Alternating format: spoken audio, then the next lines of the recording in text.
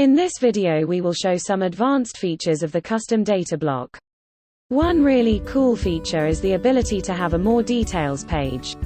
In other words, the first page acts as a searchable directory, and the second page shows more details. To achieve this, on the More Details page, we need to check the option, Get ID from URL.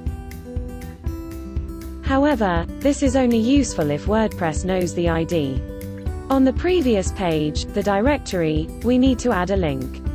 This is a standard WordPress link, but it also passes in a parameter for the ID. Sometimes we want to break data up. This is particularly useful for datasets like quotes.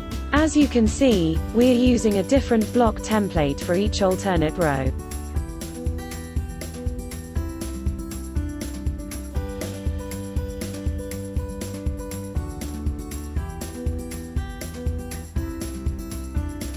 This is also easy to do in FortressDB. Simply check the box, Alternate Rows. As before, FortressDB provides a container block, which can be customized with CSS, color settings and any other block. The only difference is that now there are two blocks, for either odd or even rows.